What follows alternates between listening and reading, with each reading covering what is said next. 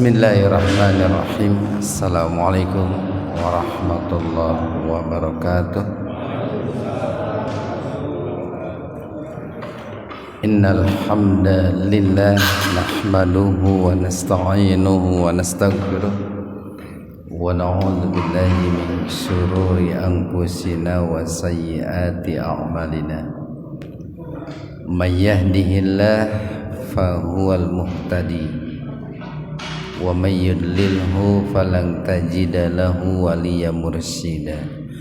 Asyhadu an la ilaha illallah wahdahu la syarikalah wa asyhadu anna Muhammadan abduhu wa rasuluh, amma ba'd.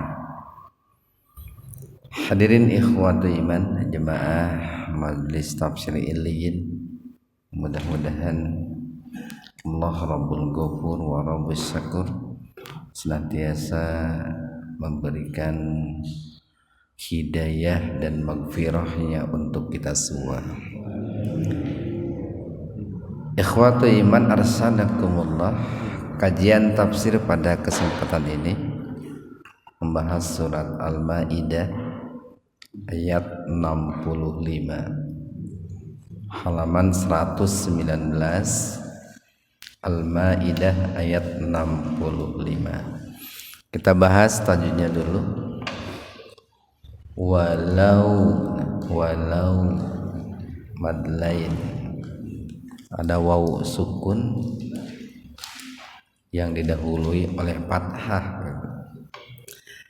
Namun dikarenakan ini jatuhnya di tengah-tengah kalimat, maka dibaca panjangnya, tetap dibaca panjang, tapi tidak sepanjang ketika jatuh pada waqaf, pada tanda berhenti. Walau anna gunnah itu mendengung, penyebabnya karena nun bertasdid, tahan dua ketukan itu. Ahlal idhar komariah atau alif lam komariah, jadi lamnya dibaca jelas itu. Kita mad badal, mad itu panjang, badal itu ganti. Disebut mad badal karena huruf alif setelah ta diganti dengan harokat berdiri. Sebetulnya fungsinya sama-sama saja, yaitu dibaca panjang gitu. Jadi kalau seandainya nih setelah ta itu ada alif, disebutnya mad tabi'i alif gitu, sama panjang dua ketukan. Tapi karena alifnya dibuang diganti dengan harokat berdiri, disebut mad badal, sama juga dibaca panjangnya dua ketukan gitu. A mad tabi'i alif, manu mad tabi'i wawu, wattaqu wattaqau. Nah ini kan yang ini kelihatan ini bahwa mad lain yang jatuh di tengah-tengah kalimat itu dibaca panjang. Ini di sini kelihatan wattaqau, mau tidak mau itu harus dibaca panjang itu, karena kalau enggak dibaca panjang susah. Walaupun tadi panjangnya tidak sepanjang ketika jatuh pada waqaf. Wattaqau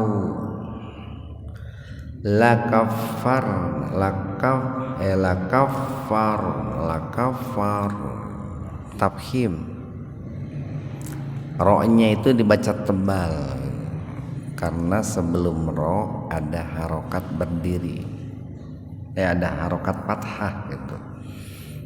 Jadi lakafar tebal, tafhim. Na mad tabi'i alif, anhum idhar syafawi, karena ada mim sukun atau mim mati bertemu sin secara terpisah. Jadi mimnya dibaca jelas di bibir biar nampak atau terdengar jelas, tahan 2 ketukan. Sayyi'a mata bi alif tihim idhar safawi. Wala ad qalqalah sugro, dal sukun di tengah-tengah kata. Wala adkhalna mad badal idhar safawi. Gunna nun bertasdid gunna. Na mad badal tin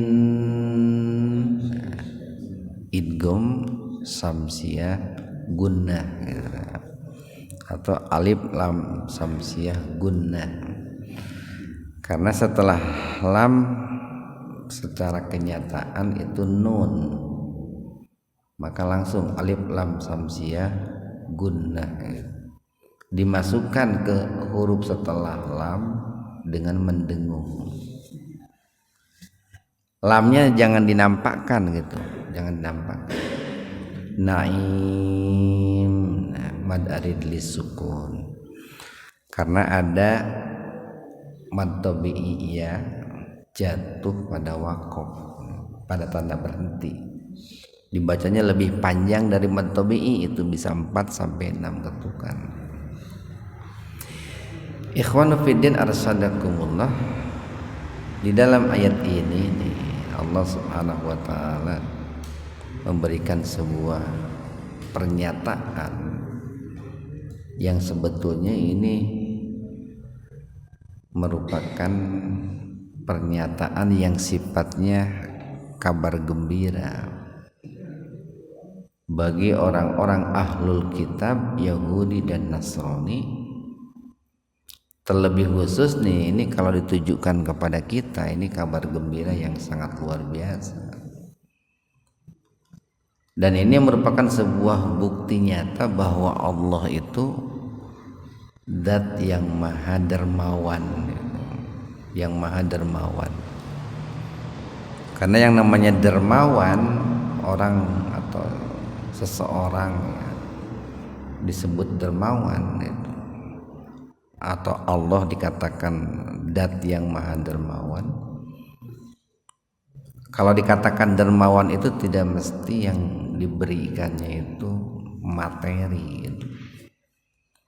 Sesuatu yang sifatnya non materi pun ketika orang itu memberikan kepada orang lain atau diberikan kepada orang lain, yaitu sebuah pertanda bahwa yang bersangkutan itu dermawan.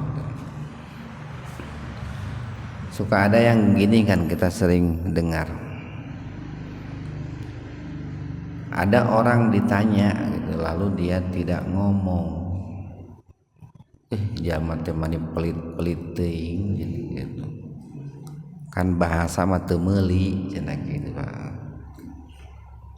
Mani kopet pisan.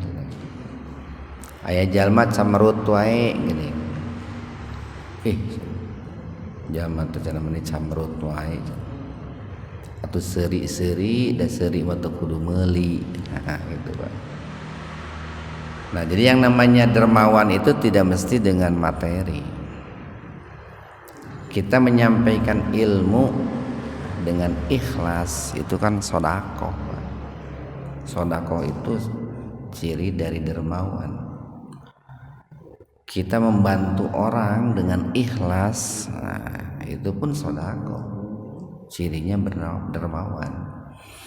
Makanya kalau bicara sedekah itu bukan hanya berupa materi atau harta, yang non materi pun bisa. Termasuk nih di sini ampunan, Pak.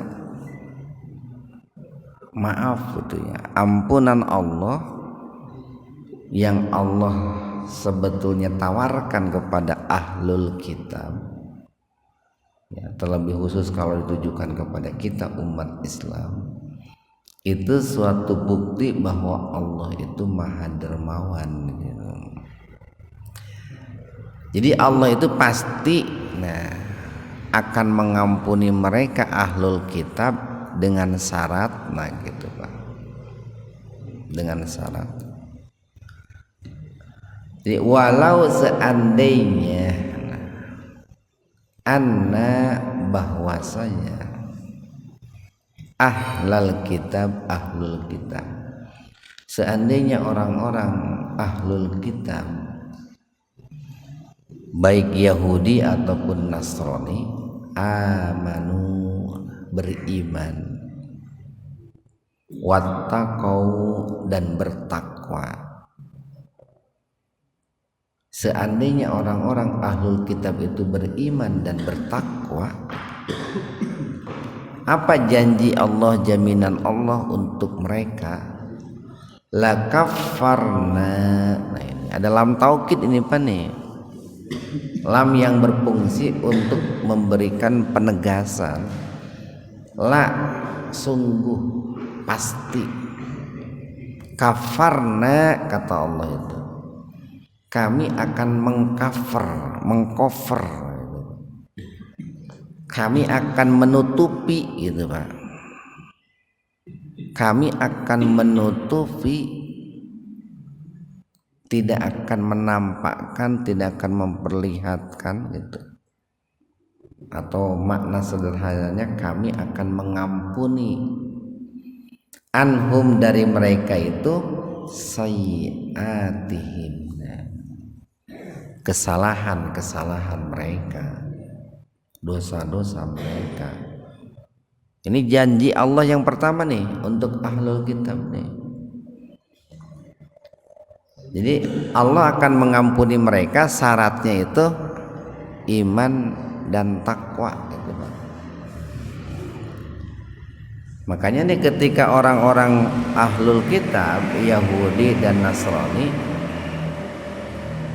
mereka beriman kepada Allah, mereka beriman kepada Rasulullah, itu dosa-dosa mereka yang sudah lalu itu terhapus itu Pak, terhapus.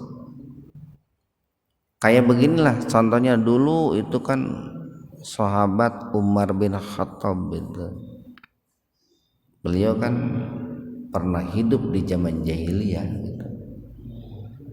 Pernah membunuh anaknya juga kan,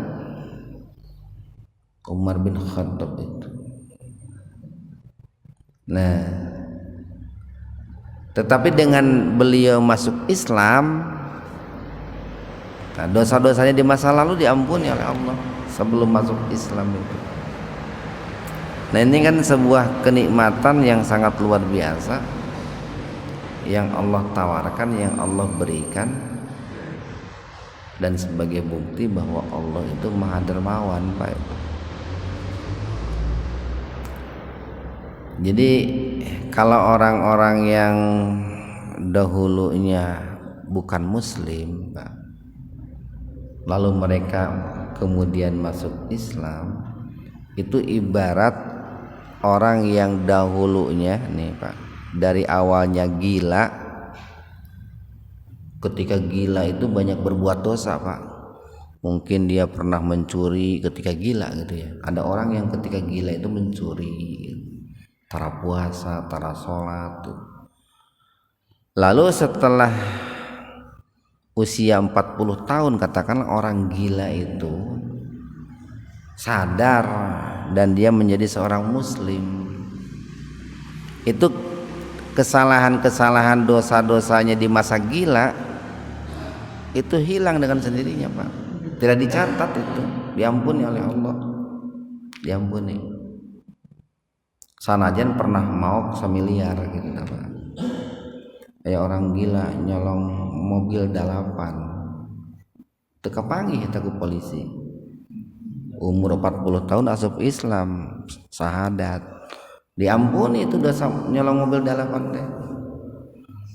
Ada orang yang tadinya kafir, mau apapun namanya, mau Yahudi mau Nasrani, lalu dia masuk Islam di usia 40 tahun,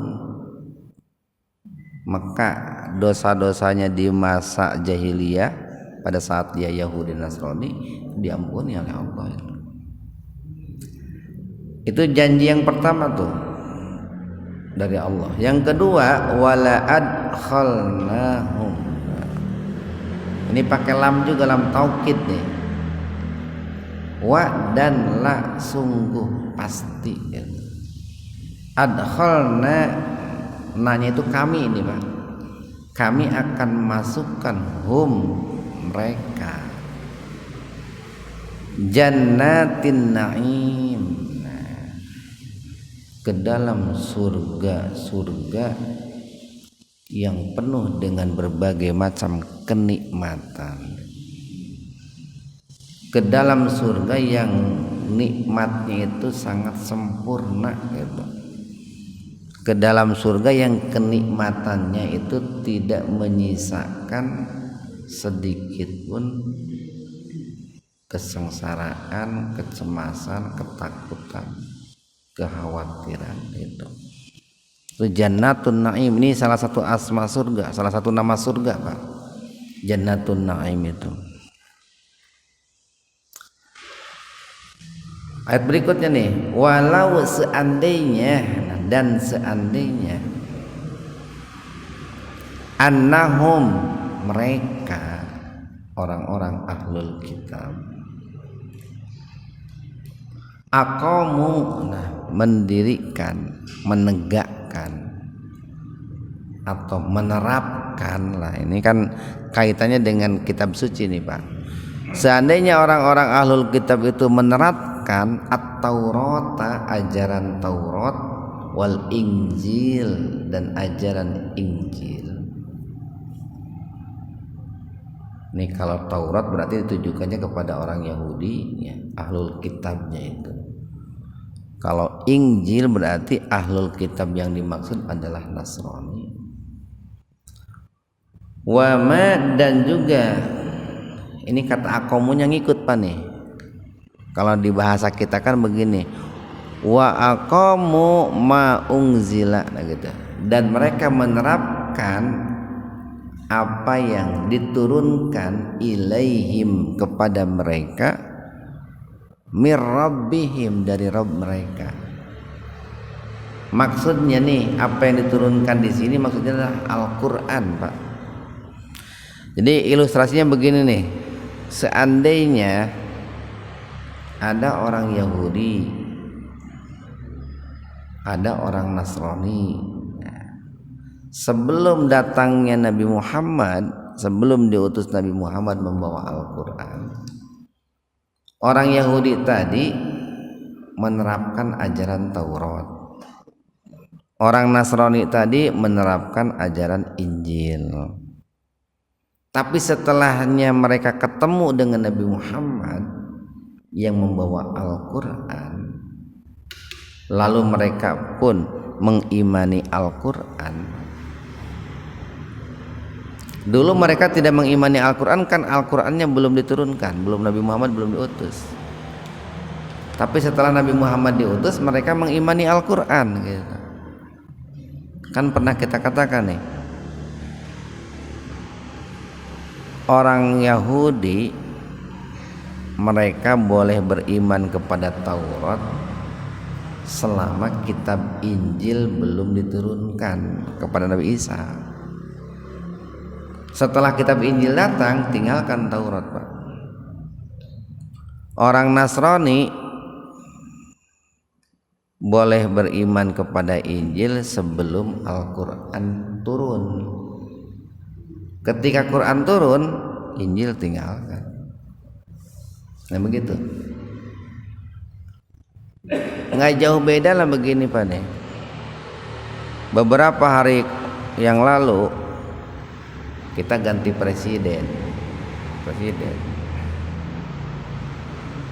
Mang Jokowi kan berakhir. Ketika Jokowi menjabat, dia punya aturan. Mau tidak mau, suka tidak suka, orang Indonesia kan mengikuti aturan Jokowi. Sekarang ganti nih presiden jadi Prabowo. Prabowo kan punya aturan juga gitu. Kemudian Prabowo ereka ganti menteri-menteri jadi menteri anu teh saha, menteri anu saha. Ya mau tidak mau harus ikuti Prabowo kan. banyak ngikuti Jokowi. Nah ilustrasinya begitulah Pak. Masa diutus Nabi Muhammad tapi kau mengimani kitab sebelum Al-Quran, nah gitu. Nabi Muhammad itu kan datang terakhir, nah itu logikanya begitu. Jadi ketika Al-Quran diturunkan, maka mereka pun diperintahkan mengimani Al-Quran. Nah seandainya seperti itu Pak, mereka mengimani Al-Quran, apa janji Allah nih? La akalu, la sungguh akalu, mereka akan makan. Ini janji nih Pak, nikmat nih. Mereka akan makan min fauqihim, dari atas mereka. Maksudnya makanan-makanan yang datang dari langit gitu Pak. Kan Allah turunkan hujan dari langit, itu kan sumber energi itu Pak. Allah turunkan matahari, sinar matahari, Allah turunkan cahaya rembulan, Allah turunkan cahaya bintang-bintang. Bahkan banyak Pak sumber-sumber makanan yang Allah turunkan dari langit. Sumber kehidupan yang Allah turunkan dari langit banyak, itu banyak.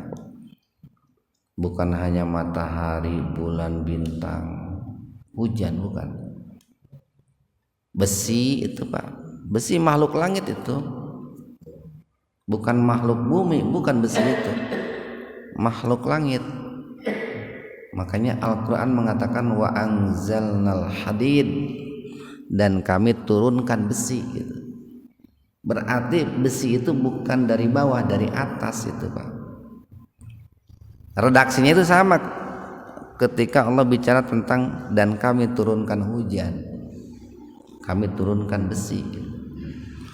Ada sumber makanan dari langit itu magnet gitu Pak ya, meteor itu kan. Walaupun itu perlu penjabaran lebih jauh, bagaimana kok besi jadi sumber makanan? Ya besi barangkali dijual, diolah, hasilnya bisa dibelikan beras, kan gitu Pak. Kalau dirunutnya itu.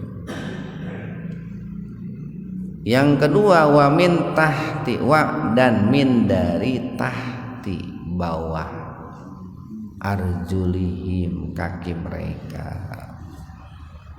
Ini janji Allah nih, Allah akan berikan makan kepada mereka itu baik yang datang dari arah atas ataupun yang datang dari arah bawah. Dari bawah mereka keluar mata air gitu.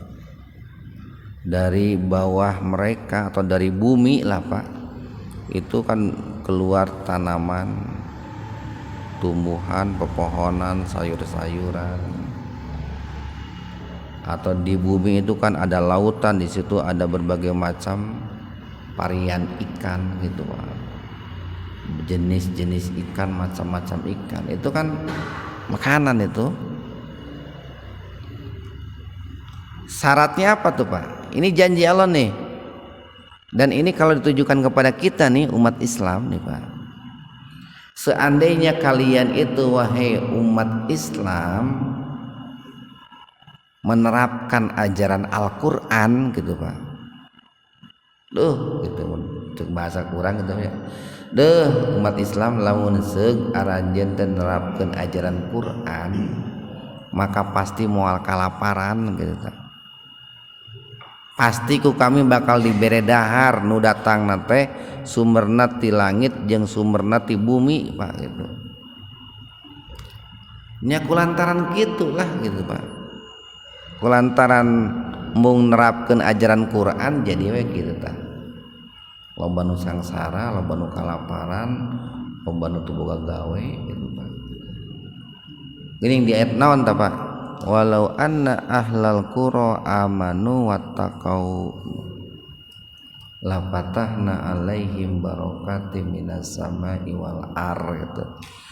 Seandainya penduduk bumi ini beriman dan bertakwa, kata Allah, sungguh gitu.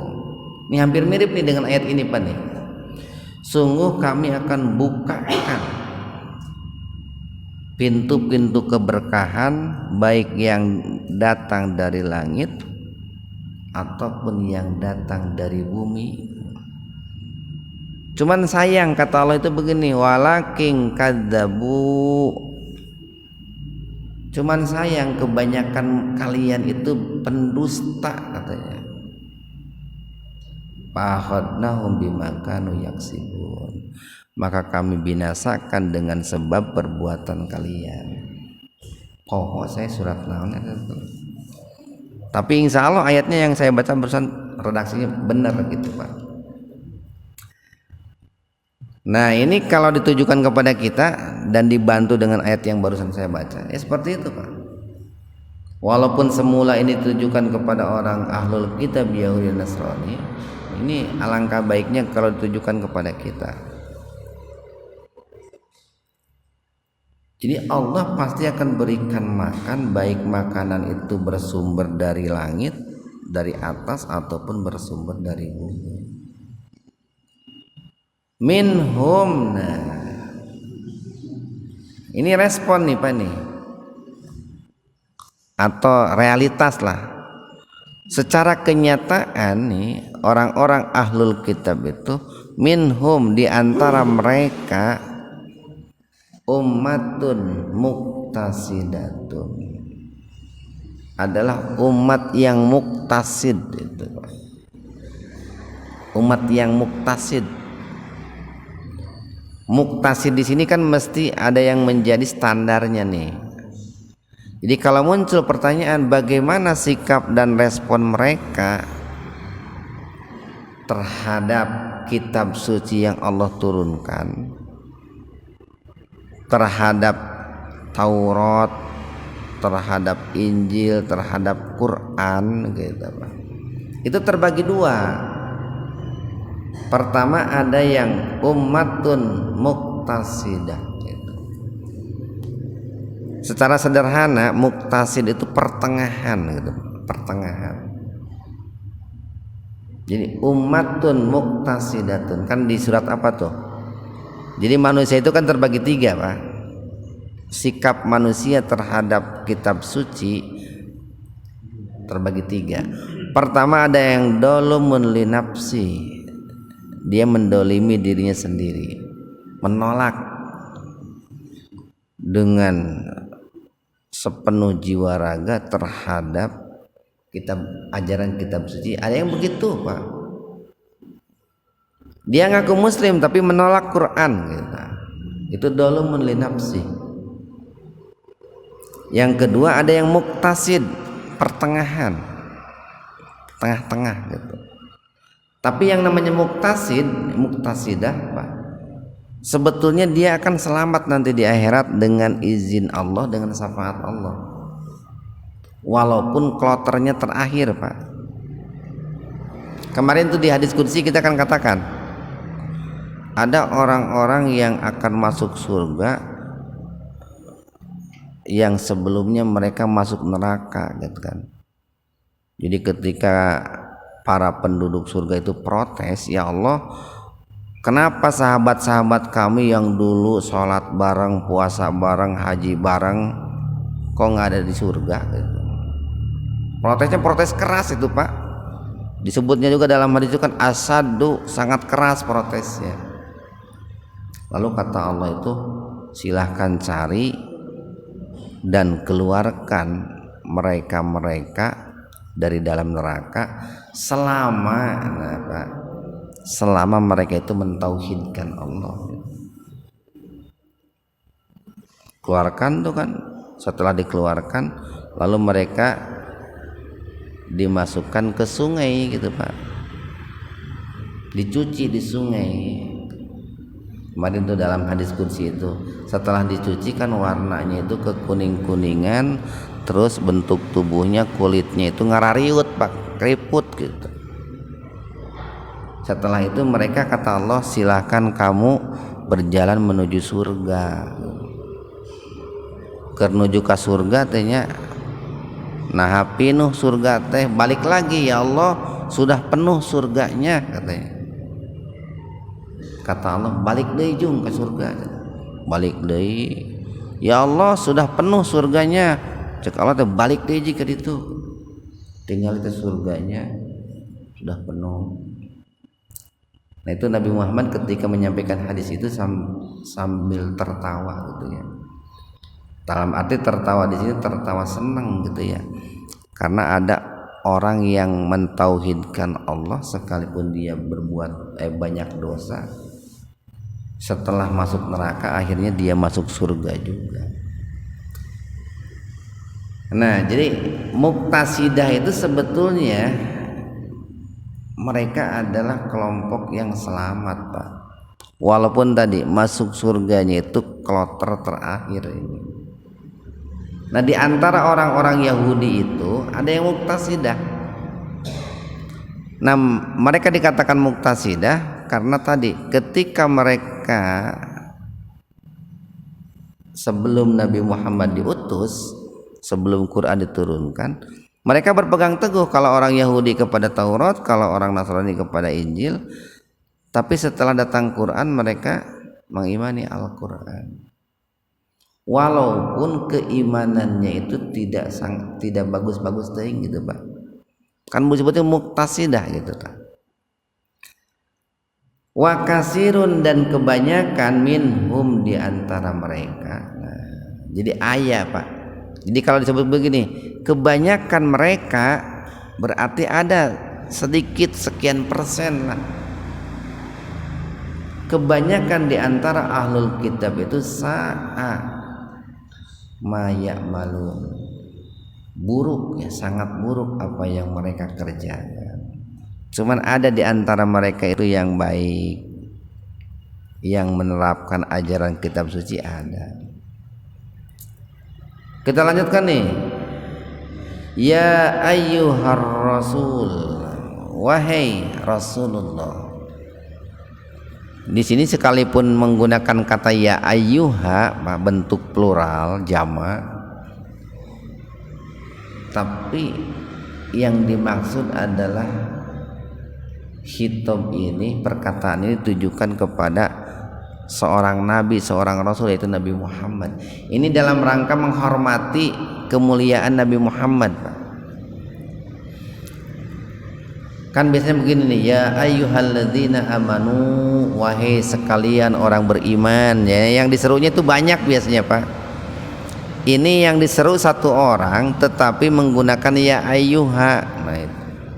Nah itu untuk menghormati, memuliakan Nabi Muhammad. Wahai Rasulullah gitu. Balik, sampaikanlah. Tablik gini Pak, mubalik gitu. Jadi balik, sampaikanlah ma unzila, apa yang diturunkan ilaika kepadamu mir rabbik, dari Rabbmu. Apa itu? Al-Quran. Wahai Nabi Muhammad, sampaikan olehmu Al-Quran yang Allah turunkan kepadamu. Yang halal sampaikan halal, yang haram sampaikan haram. Lamun beureum sampaikan beureum, lamun bodas sampaikan bodas, itu Pak. Yang wajibnya sampaikan, yang sunnahnya sampaikan, yang haramnya sampaikan, yang makruhnya sampaikan. Wa illam tab'al, wa dan in jika lam tidak tab'al melakukan atau menyampaikan, fama ballagta risalat. Jadi jika engkau wahai Muhammad tidak menyampaikan ajaran Al-Quran gitu. Nih peringatan nih untuk Nabi Muhammad nih, wanti-wanti lah. Jika engkau tidak menyampaikan ajaran Al-Quran wahai Muhammad, fama maka tidaklah balagta engkau menyampaikan risalahmu. Kalau engkau tidak menyampaikan ajaran Al-Quran maka engkau itu tidak amanah gitu Pak.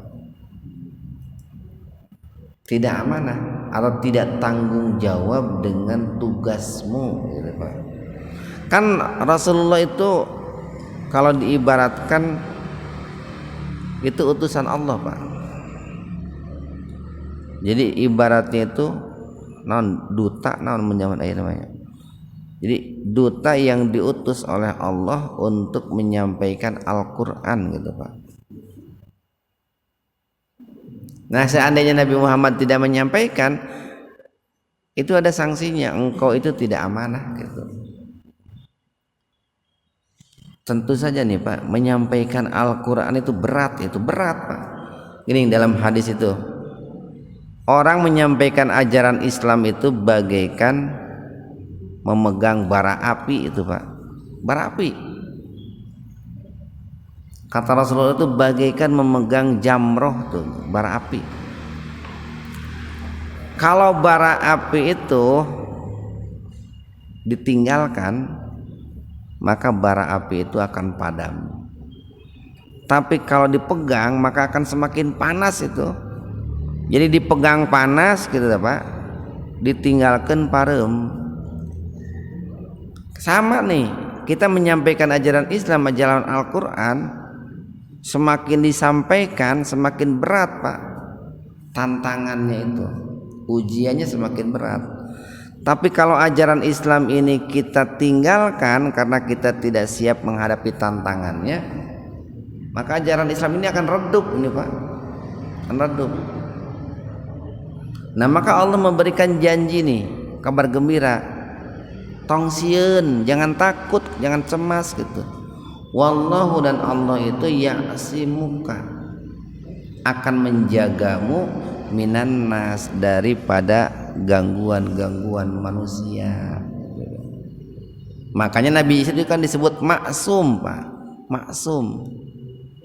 Karena dijaga oleh Allah, ya'simuka itu. Jadi munculnya kalimat ini, Pak, nih, munculnya wallahu ya'simuka minan nas, karena secara manusiawi, Pak, biasanya suka muncul kekhawatiran, kecemasan, ketakutan ketika menyampaikan kebenaran itu. Ya, jangankan menghadapi musuh yang jelas-jelas orang kafir, Pak. Kita aja nih, Pak, kita terkadang mau menyampaikan yang hak, tong jauh-jauh ke pamajikan, Pak. Sok kadang mikir nate lila eta. Ieu lamun ngomong kieu ke pamajikan, kira-kira bakal enakeun moal gitu. Kira-kira malam Jumat bakal daekeun sare bareng moal. Mikir panjang eta, Pak. Cacakan ngomong ke pemajikan eta, ngomong ke batur tuh, Pak. Nah gitu, oleh Allah diberikan kabar gembira, tenang gitu. Allah itu akan senantiasa menjagamu. Innallaha, sesungguhnya Allah, la yahdi, tidak akan memberikan petunjuk al-qaumal kafirin, terhadap orang-orang yang kafir. Siapa orang yang kafir itu? Kan gitu, Pak. Tadi kan di atas tuh ada tuh lakafarna gitu.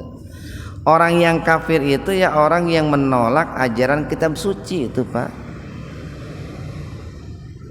Nah, tingkat kekafirannya tergantung tingkat penolakannya, kan gitu. Nah, kita nih menolak Al-Qur'an berapa persen, maka kekafiran itu sesuai dengan persentase penolakan kita, Pak. Satu ayat lagi nih, kul, katakanlah oleh Muhammad, ya ahlal kitab, wahai ahlul kitab, lastum, tidaklah, alasai, kalian dikatakan beragama gitu, Pak. Jadi alasai di sini maksudnya aladin, lastum aladin, kalian tidak dikatakan beragama, hatta sehingga tuqimut Taurat, menerapkan ajaran Taurat, wal Injil, dan menerapkan ajaran Injil. Tadi kita sudah jelaskan ya, orang Yahudi dikatakan beragama kalau ketika diutus Nabi Musa, lalu Nabi Musa bawa Taurat, mereka mengimani Taurat. Kemudian mereka ditakdirkan hidup sampai diutusnya Nabi Isa. Nabi Isa bawa Injil, mereka beriman kepada Injil.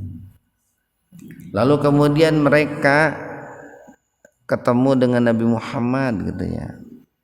Generasi terakhir nih orang-orang Nasrani yang tadinya dulunya Yahudi, generasi terakhirnya itu ditakdirkan ketemu Nabi Muhammad.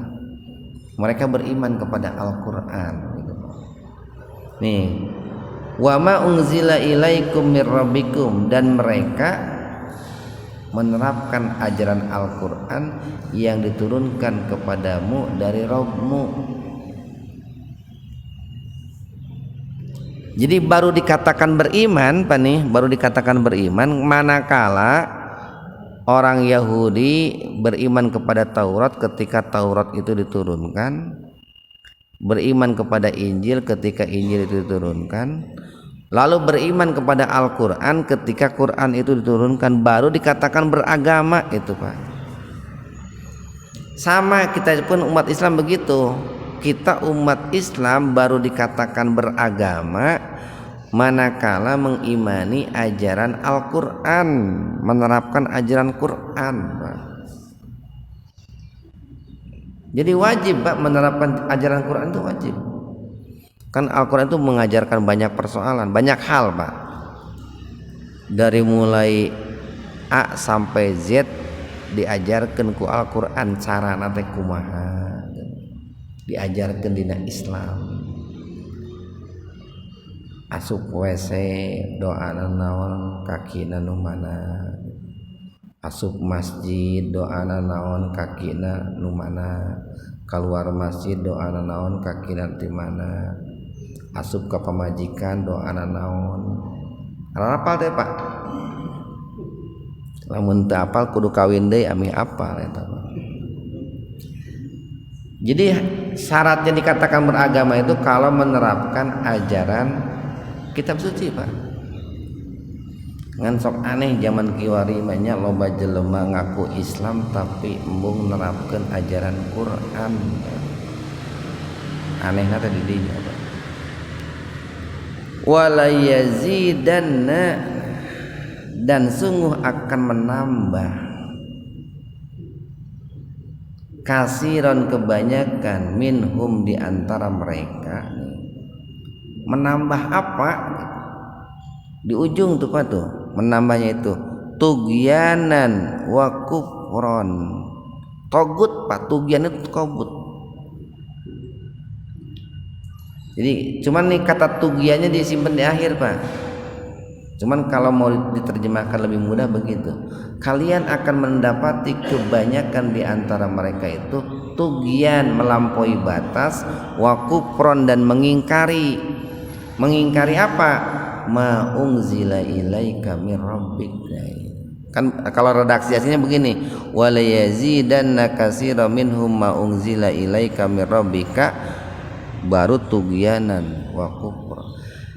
Dan pasti nih, pasti dengan adanya perintah untuk mengimani kitab suci khususnya Al-Qur'an itu akan menambah kekufuran dan melampaui batas mereka. Akhirnya kan dititah mengimani Quran yang ada bukan oke, siap, lain gitu. Malah semakin jauh kekufuran dan penolakannya itu.